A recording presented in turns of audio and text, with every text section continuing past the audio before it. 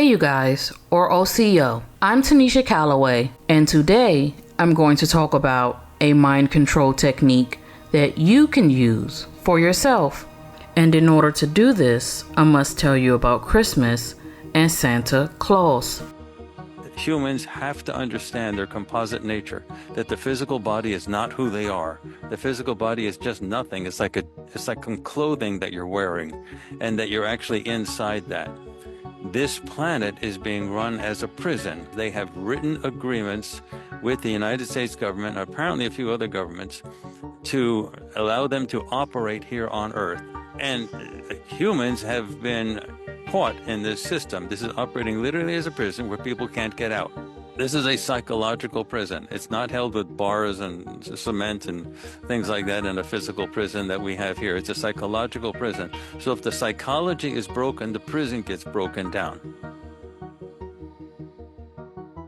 Okay, so this whole story about Santa is made up, and the gifts are the external gifts that they want us to focus on. But what's really important is the internal gifts. But before I talk about that, let me break down what the word Santa means and what the word Claus means. Now, this word Santa is really the word for scent, and you can hear it when we play it back in French. Senteur. Senteur. And the clause is literally defined as a close or enclosure. And so the Santa Claus translates to the enclosure for the scent. This enclosure includes words that are inseparably connected, a sentence kept in thought or spoken.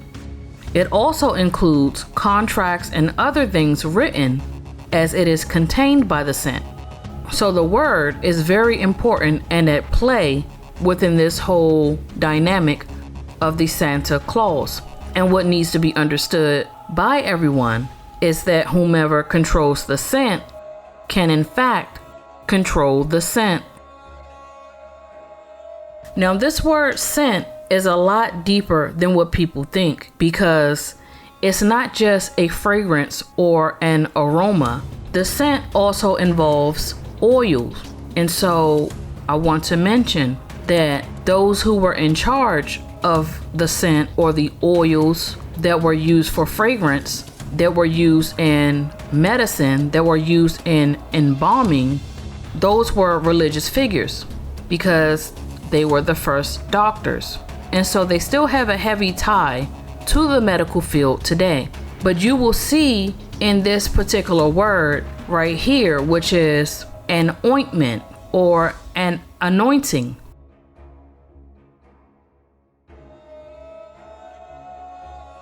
It's just that when people think of an anointing, they could think of something that deals with what? The spirit, because that's the scent, okay? The spirit is the scent.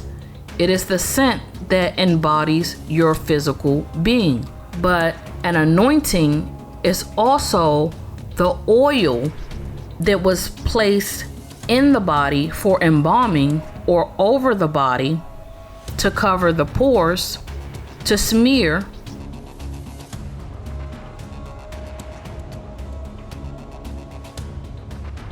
to cover the pores, and to try to remove the scent of death. That's the reason why, like today, we may see religious figures say, they're going to anoint something. Because when someone was sick and, they may have smelled a certain way in the past, like there was a lot of things going on where the smell was pungent, and they would place this, oil upon them in hopes that the fragrance would be some sort of revival. And so all of this intertwines and falls back even onto what people know as snake oil salesmen. Now, when we think of snake oil salesmen, we'll think of someone that's trying to sell something that's really not good for you, or that's not beneficial. So we can see someone who's trying to hustle someone else, right? Or something like that, right?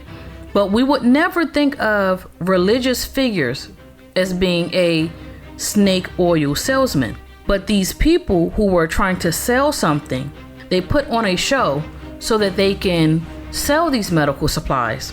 And as I stated, the first doctors were religious clergy. You know, they were reverends, pastors, ministers, whatever. They're all in that same boat, okay? They're in the medical field. So that's why when you see someone, let's say they have a mental illness, they're trying to cure that, right? But most of the time, an illness that a person has is a mental illness because the body heals itself. And if you're sick, then something happened in your mind. Something was placed in your body that went to your mind so that your mind isn't working properly to begin to heal itself. Because there's no medicine out there that heals you. It's the communication that you have with yourself through the words that you speak or through your expressions, your verbal expressions or your physical expressions that heal you. And so that brings me back to the mind control technique that you can use, which is your gift. Most of these mind control techniques are hidden in plain sight, and the key to its understanding is usually hidden within the language. Notice how many of the things that are portrayed as bad is actually something that is meant for your good. Like with these movies. What do they all have in common? I'm sure you've guessed it. The person is smiling. Look at how they have made something so innocent, pure, and happy into a horror story. And they do this on purpose because the definition of smile is to look gay and joyous.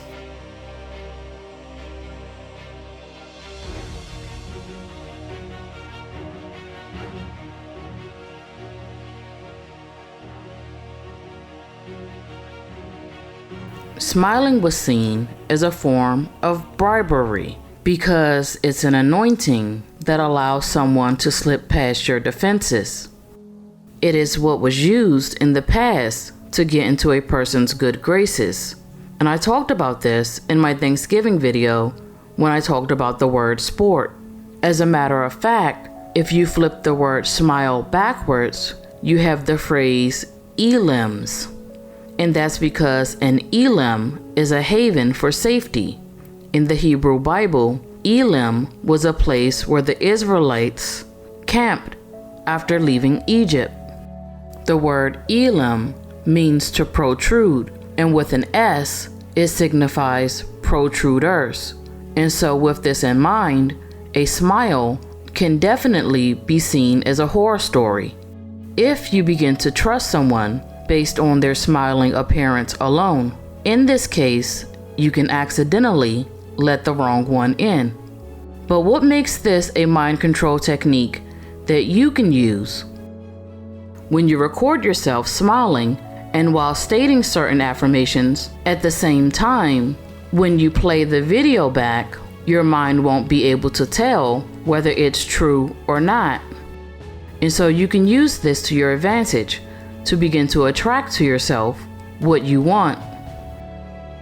It's all about you focusing on yourself and allowing yourself to see yourself smiling more so that you can receive a favorable anointing. Because an anointing is a smear to the eyes, and it is at that point that judgment is then placed in other areas and characteristics. As the questions are asked, what does the clothing appear to be?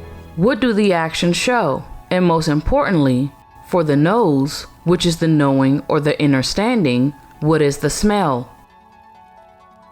This is how the spirit judges the words or what is uttered, because when you use language alone, there's a land wedge based on how the language has been manipulated.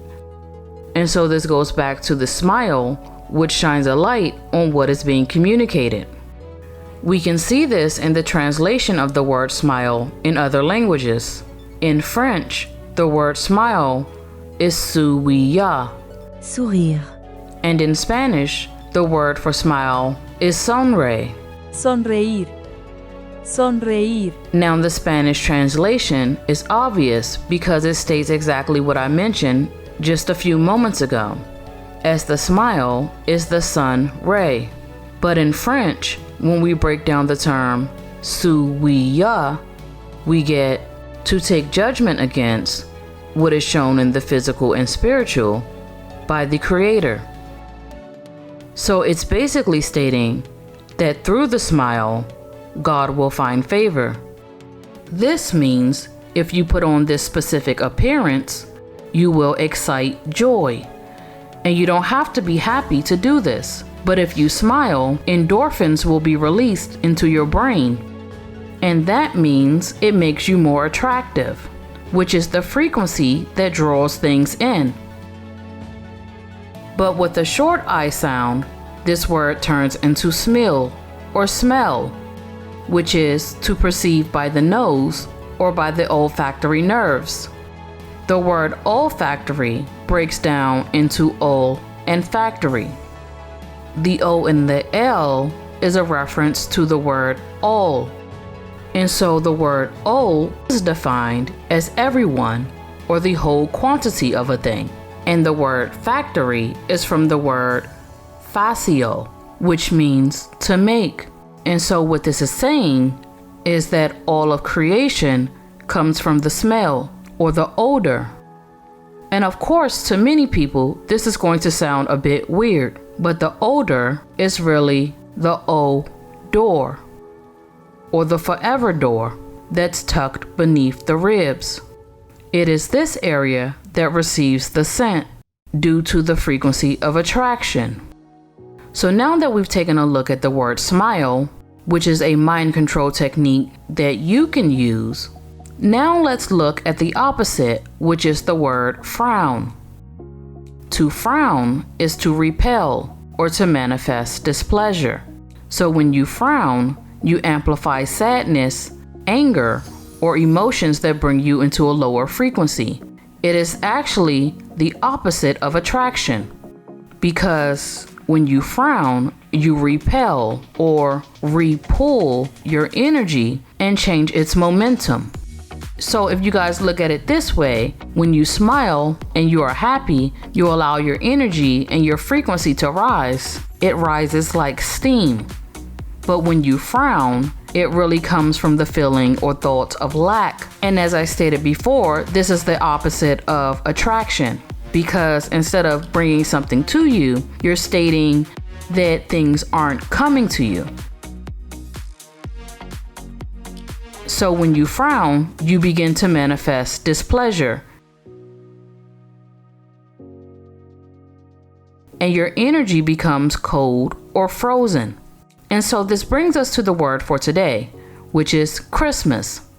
Broken down into two words, which is Christ and Mass, it is the Christ Mass. And etymologically speaking, they are going to say that this word comes from the Greek word Christos, which means anointed. But this word Christos is really Christos. And you see it has the word Christ, which is also crest or crust, because it has the Pi root word crust, which means ice cold or frozen. It also means to harden. And the word Christ, which is spelled this way, has the word Christ in it. And the word cry pertains to what a person does when they are feeling lack or frowning. That person cries. This word cries pertains to the udder, the odor, or the odor. It is a cry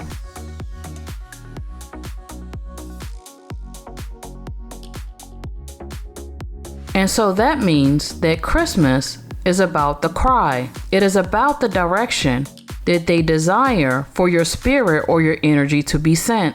And it's pretty obvious because during this time, everyone is looking for someone else to give them a gift. And in the spiritual realm, they are speaking out or crying for something that they don't have. Energetically and spiritually, everyone is saying they don't have what they want. It is the spirit of lack or being incomplete, right before a new cycle begins.